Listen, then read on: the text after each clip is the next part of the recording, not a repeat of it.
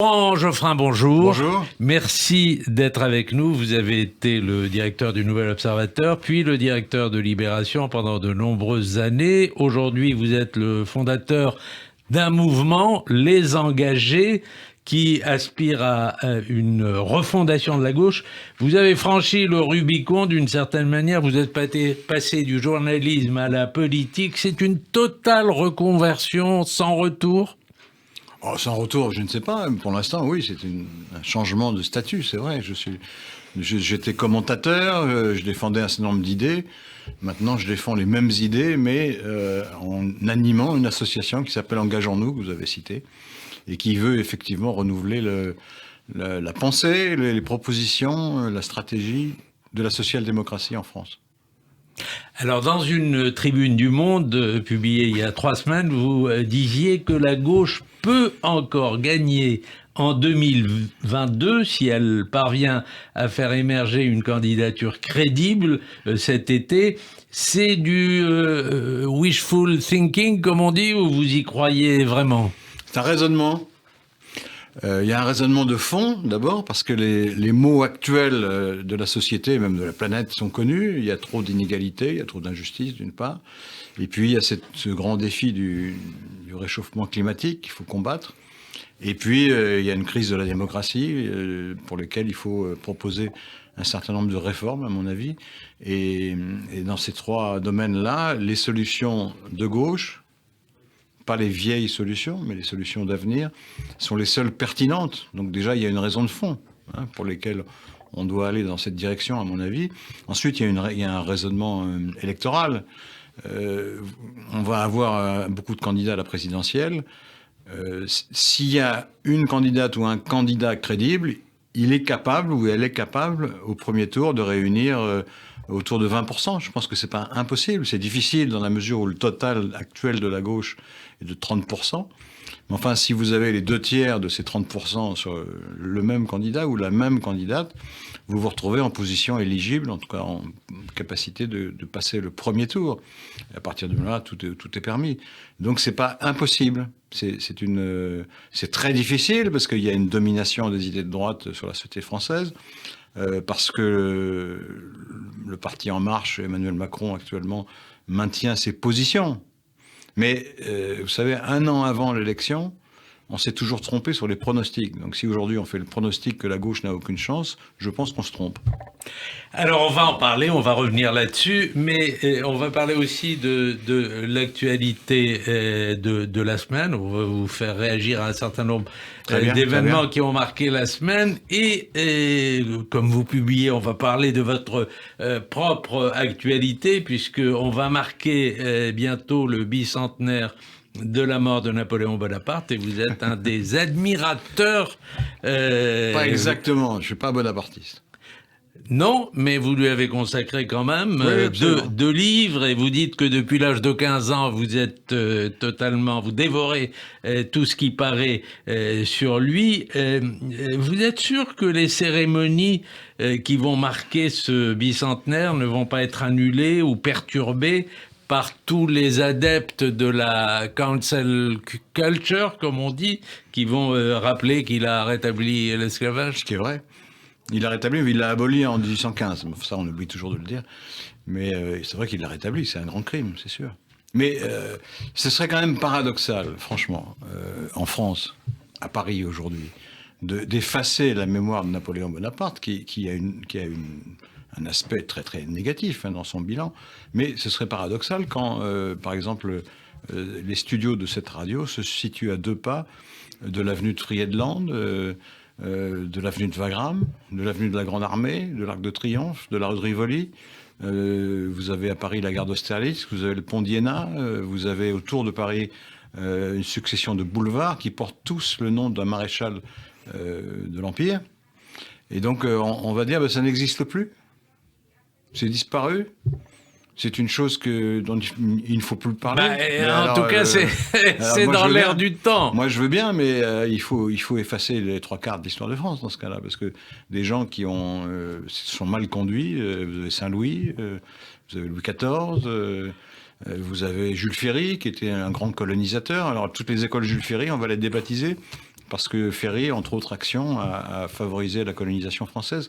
Ça me paraît une manière de voir l'histoire qui est trop qui est anachronique. Voilà. On n'efface rien, on garde tout. On a le droit d'inventaire. C'est pas pareil.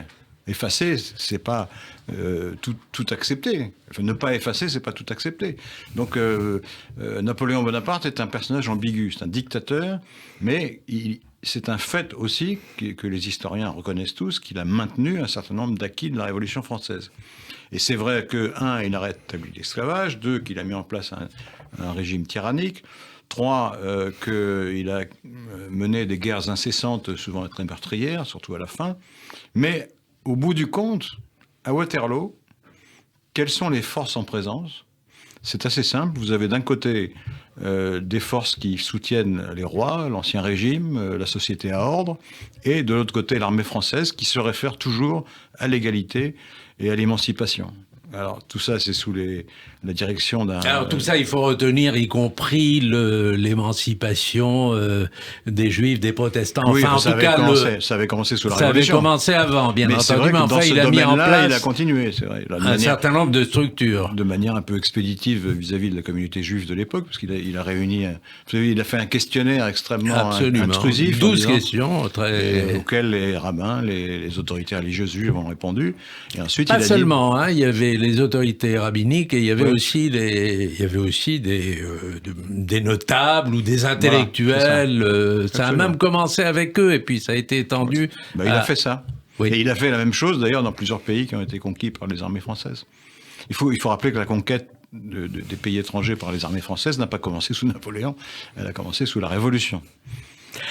Alors, est-ce qu'il faut retenir aussi le côté homme providentiel? Est-ce que ça vous parle, ça? Parce que dans l'esprit des Français, c'est aussi la figure de l'homme providentiel. Alors, moi, je suis contre. Moi, je suis républicain, donc je suis pour la démocratie, je suis pour un parlement fort et un président qui joue son rôle, mais qui ne soit pas justement un homme providentiel. Cela dit, c'est une figure politique. Et puis, ceux qui pourraient être assimilés à une figure providentielle, que ce soit Sarkozy ou Macron, vous ne les aimez pas beaucoup, donc c'est facile. Non, je n'aime pas cette figure d'homme providentiel. Mais on peut reconnaître l'existence de certaines choses sans les approuver. Or, la figure politique du bonapartisme, qui consiste à dire il y a un sauveur qui acquiert une gloire à l'étranger, enfin dans la politique étrangère au fond, et qui se présente comme étant le réconciliateur au-dessus des partis, c'est une figure qu'on a vue plusieurs fois se dessiner dans l'histoire de France. La dernière en date, et qui est la plus positive finalement, c'est celle du général de Gaulle, dont le discours, à certains moments, est pratiquement calqué sur celui de Napoléon. C'est ça qui est frappant. C'est-à-dire, Napoléon disait « Je ne suis ni talon rouge, ni bonnet rouge ». Ça voulait dire « Je ne suis pas du côté des aristocrates, mais je ne suis pas non plus du côté des jacobins. Donc, je cherche à réconcilier ». La place de la Concorde, c'était un de ses endroits favoris, parce que ça s'appelait la Concorde. Et donc, cette volonté de réconcilier le pays est sous l'autorité impérieuse d'une figure comme ça, historique. Ça s'est reproduit plusieurs fois. Alors, en bien avec De Gaulle, pour l'essentiel, et en très mal avec Pétain. Mais ça a tissé l'histoire de France. Alors vous, c'est bien connu, vous préférez les présidents normaux, entre guillemets. On va en reparler, mais sur l'actualité de la semaine quand même, on aimerait vous entendre, puisque ce magazine est un magazine qui revient sur l'actualité de la semaine, et il y a eu cette déflagration suscitée par la condamnation de l'ancien président Nicolas Sarkozy. Alors, Éric Dupond-Moretti ne commente pas, mais il insiste sur la défiance des Français pour la justice. Vous avez plutôt approuvé dans un tweet, si je ne me trompe pas, vous avez plutôt approuvé le verdict. Vous n'êtes pas sensible au fait qu'il y a quand même l'écoute d'une conversation entre un avocat et son client. Vous n'êtes pas sensible à ça? Je suis sensible, mais je constate, c'est un fait, que les défenseurs de Nicolas Sarkozy ont intenté un recours contre cette écoute et que la Cour de cassation, qui est la plus haute juridiction du pays, a répondu que dans ce cas précis, c'était justifié, parce que les écoutes en question sont interdites par la loi, sauf si on soupçonne, avec des éléments, l'avocat en question de prêter la main à quelque chose d'illégal. Or, en l'occurrence, le jugement qui vient d'être rendu montre qu'effectivement, il semble bien qu'il y ait eu une collusion, un pacte entre l'avocat M. Azibert, qui était membre de la Cour de cassation, et l'ancien président, pour obtenir de manière illégale les informations sur ce qui se passait à la Cour de cassation. Enfin, il n'y a pas de preuve. Hein. C'est inexact. Quand vous lisez le... Enfin, il y a un faisceau, c'est pas moi qui le dis, c'est le jugement. Oui, il faut lire ce qui est écrit. Il y a un faisceau d'indices. Oui, il faut lire ce qui est écrit. S'il est écrit, la preuve, le mot y est, la preuve est constituée par un faisceau d'indices graves, concordants et précis. C'est une formulation classique. Par exemple, c'est une affaire qui n'a rien à voir, mais dans les affaires de drogue, on condamne sur un faisceau d'éléments précis, concordants et graves. Parce que tout le monde ne pourrait pas le faire. Parce que c'est très difficile, un parrain de la drogue, c'est très difficile de le condamner sur autre chose que sur des écoutes téléphoniques, justement. Et là, en l'occurrence, si vous écoutez, je ne sais pas si vous avez lu les extraits des écoutes téléphoniques, vous l'avez peut-être lu. Non, je ne les ai pas lus, mais... Il faut les lire. Oui. Parce que qu'est-ce qu'il y a dans ces écoutes ? Il est clair que l'avocat et Sarkozy... Non, mais enfin, c'est l'écoute sur ce qu'on appelle le filet pendant 5 ans. Ça a duré 5 ans, et puis après, on a isolé... Non, celles dont je parle, elles sont étalées sur un mois. Sur un mois d'écoute, vous avez... Parce qu'ils ont sélectionné dans toutes ces écoutes 17 extraits. Assez abondant. Hein. Enfin, lui a été écouté pendant 5 ans, mais avec les avocats, effectivement, ça a été plus. Oui, plus mais court. là, il s'agit de l'affaire Azibert, ce n'est oui. pas d'une autre affaire. L'affaire Azibert, c'est qu'il y a une première écoute qui dit voilà, et on va demander à Azibert de nous aider à la Cour de cassation. Ensuite, je crois que c'est l'avocat, je ne sais plus, enfin, il parle du fait qu'Azibert guigne un poste à Monaco. Et ensuite, vous avez des phrases de Sarkozy qui dit je vais voir le responsable de ces choses-là à Monaco, et donc vous pouvez le dire à Azibert. Alors quand vous lisez ça, c'est clair comme de l'eau de roche. Ils ont effectivement troqué. Et le jugement ne vous paraît pas sévère? Alors, on peut discuter de la sévérité de la peine, c'est autre chose. Oui. Mais on ne peut pas dire qu'il n'y a rien. C'est là où il y a une entourloupe de la défense de Sarkozy, c'est qu'ils disent il n'y a rien dans le dossier. Ouais, il y a quelque chose, il y a des écoutes. Et ces écoutes sont quand même assez éloquentes. Alors, il dit c'est des bribes. C'est pas exact. Quand vous regardez la manière dont ça a été instruit, c'est pas des bribes. Il y a eu effectivement, et puis tout le monde, entre nous, tout le monde a compris. Ils ont essayé de savoir ce qui se passait à la Cour de cassation et ils ont essayé de rendre service à ce Azibert. C'est ça qui s'est passé. En tout cas, c'est ce que dit la Cour. Et là-dessus, à mon avis, c'est très difficile de dire le contraire. Ce qu'on peut dire, c'est qu'un 3 ans dont on enferme, c'est trop cher payé. Ça peut se discuter. On peut dire aussi que les écoutes ne sont pas suffisantes, qu'il faudrait d'autres preuves et qu'il n'y en a pas. D'accord, mais d'autres preuves, c'est-à-dire que ça, c'est une preuve. Donc en appel, peut-être que ça sera contredit, c'est possible. Mais aujourd'hui, ça n'est pas un jugement unique. Enfin, à gauche et à l'intérieur du gouvernement, le jugement, enfin, l'appréciation est moins sévère que la vôtre. Mais enfin, on va parler d'autres choses qui ont dominé la semaine. Il y a quelqu'un qui est un journaliste comme vous, qui est admirateur de Bonaparte comme vous, et qui est tenté lui aussi de basculer du journalisme à la politique. Et vous pensez que Éric Zemmour va se présenter? Je n'en sais rien du tout. Il pourrait, pourquoi pas. Enfin, il faut avoir 500 signatures, c'est pas simple. Hein. Mais il pourrait, oui, bien sûr. Il a un impact dans l'opinion de droite et d'extrême droite très fort. Et donc, ce serait un candidat d'extrême droite de plus. Qui arrangerait un peu... les affaires de tous ceux qui ne souhaitent pas que Marine Le Pen soit face à Macron. Je n'irai pas jusque-là, je ne suis pas cynique en politique, et si Zemmour veut se présenter, qu'il se présente, sinon qu'il ne le fasse pas, mais on ne va pas faire de la tactique en disant « vive Zemmour » pour rencontrer Le Pen, c'est ridicule. Mais ces idées sont extrêmement néfastes, comme vous pouvez penser que je le pense. Très bien. Alors, on va parler, vous n'êtes pas cynique, c'est vrai, et on va parler peut-être du fond. La refondation de la gauche. Qu'est-ce que vous dites ou qu'est-ce que vous répondez à des gens comme Jacques Julliard ou Manuel Valls qui disent que la gauche a trahi les idéaux qui étaient les siens et qui sont portés par d'autres aujourd'hui, la laïcité, l'école, l'égalité homme-femme, l'universalisme. Qu'est-ce que vous leur répondez? Je leur réponds que j'ai toujours été universaliste, premier point. J'ai toujours été laïque et j'estime qu'il faut mener une politique ferme dans ce domaine. Donc voilà, mais je ne suis pas le seul à le penser à gauche, tout mon mouvement le pense, d'une part, et beaucoup de membres du Parti Socialiste le pensent, du Parti Communiste aussi à certains égards. Enfin, vous avez, à mon avis, la majorité des gens de gauche pensent, si je puis dire comme moi, c'est-à-dire la laïcité, effectivement, c'est une mesure, enfin une réforme qui a été mise en œuvre par la gauche et qui doit être défendue par la gauche, évidemment, bien sûr. Mais alors qu'est-ce qu'on entend par la laïcité? Il faut rappeler ce que c'est quand même, objectivement aussi, sans polémique. C'est la liberté religieuse quand même. La laïcité n'est pas dirigée contre les religions. Elle prône la neutralité de l'État. Donc il faut faire respecter la neutralité de l'État. C'est pour ça que j'approuve l'interdiction des signes religieux à l'école, par exemple.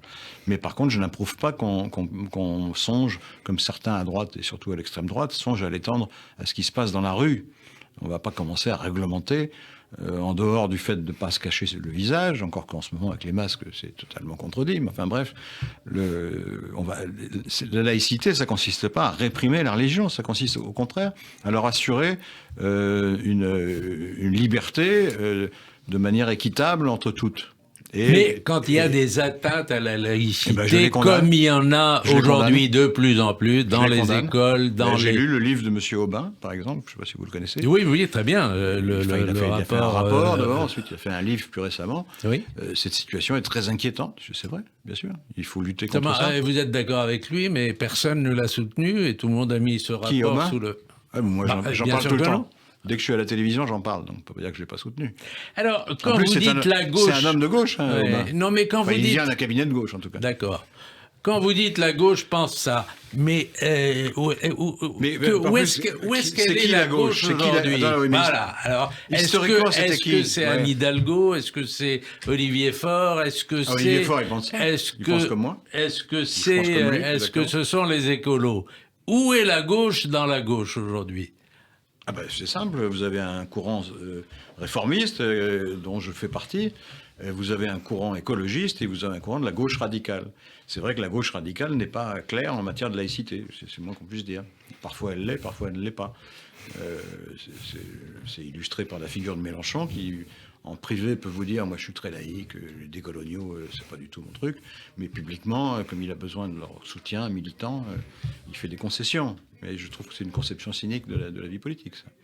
Mais il y a une question plus fondamentale. Qu'est-ce qu'il faut faire en matière de laïcité? Il faut la faire respecter de manière ferme. Il faut mener une politique d'aide aux enseignants. Il faut que par exemple, il faudrait faire en sorte que l'instruction civique, dont la laïcité fait partie, ne soit pas enseignée seulement par les professeurs d'histoire-géographie, mais qu'il y ait un corps d'enseignants nouveaux qui soit spécialisé dans cette discipline et que ça ne soit pas le parent pauvre des programmes scolaires, par exemple. De même que j'approuve totalement l'idée que tous ceux qui menaceraient les professeurs parce qu'ils appliquent le programme et qui les menaceraient pour des raisons religieuses soient sanctionnés par des peines de prison, je suis pour. Et sur cette politique-là, vous aurez, à mon avis, 80% de l'électorat de gauche. Et si vous prenez... Parce qu'on parle de la gauche, en fait, vous parlez de la gauche radicale, vous ne parlez pas de la gauche. La gauche radicale, on peut dire la gauche radicale et la gauche sont irréconciliables, parce que ce n'est pas vrai. Enfin, on peut le dire, parce c'est vrai que c'est différent. Mais quand la gauche était au pouvoir, la laïcité était respectée. Qui a nommé Manuel Valls Premier ministre? C'est le président socialiste qui a nommé. D'accord, mais aujourd'hui... Il était membre du parti. Aujourd'hui, il est passé à droite, c'est autre chose. Mais enfin, à l'époque, il était à gauche. Il est passé à droite. Il dit qu'il est toujours à gauche. Il dit qu'il y a deux gauches. Enfin, vous ne pouvez pas le nier qu'il y a deux gauches. Mais je viens de vous le dire, il y a la gauche radicale et il y a la gauche lui appartient à l'autre gauche. Enfin, mais il est de plus en plus... Très bien. Il a évolué après différemment. Mais peu importe. Mais c'était lui le Premier ministre. Et Bernard Cazeneuve, on dit oui, la gauche est laxiste en matière de je sais pas quoi, d'immigration. Mais quelle était la politique des ministres de l'Intérieur successifs de la gauche? Cazeneuve, il était laxiste. Pierre Jox, il était laxiste. Alors, Jean-Pierre Chevènement, il était laxiste. C'était le ministre d'un gouvernement socialiste, non? Alors on accuse la gauche d'être responsable du laxisme. Enfin, ce courant est majoritaire à gauche. Valls et Chevènement. Laissons Valls de côté parce qu'il a évolué. Alors Chevènement, c'est la même chose. Chevènement, il a fait partie de 5 gouvernements de la gauche. Il était membre du Parti socialiste pendant presque les 3/4 de sa vie. Et ses thèses, alors moi je conteste certaines de ses thèses, mais enfin j'étais militant chevènementiste quand j'étais jeune, donc je connais bien. Et il se trouve que Chevènement fait partie, alors moins maintenant, mais ça dépend de lui, ça ne dépend pas de la gauche. Il n'a pas été exclu, je ne sais quoi. Ses thèses ont droit de citer. D'ailleurs, elles sont reprises par Montebourg en partie. Donc tout ça, ça fait partie de la gauche. La gauche, c'est une famille dispersée, façon puzzle. Non, pas tout à fait, c'est pas vrai ça. Regardez au municipal. Partout où la gauche a gagné, c'est parce qu'elle était unie, elle n'était pas dispersée. Mais regardez aux européennes. Comment la gauche a gagné? Il y a eu une tentative de refondation avec, mais les européennes, avec Raphaël Glucksmann, ça n'a pas été très loin. Les européennes n'ont jamais été une élection dans laquelle on se réunissait, parce que c'est une élection à la proportionnelle. Donc il n'y a pas vraiment besoin. Chacun défend ses couleurs et essaye d'avoir un certain nombre de députés européens. C'est pas un bon critère. Le bon critère, c'est les municipales ou les législatives éventuellement. Aux municipales, comment on a gagné à Marseille?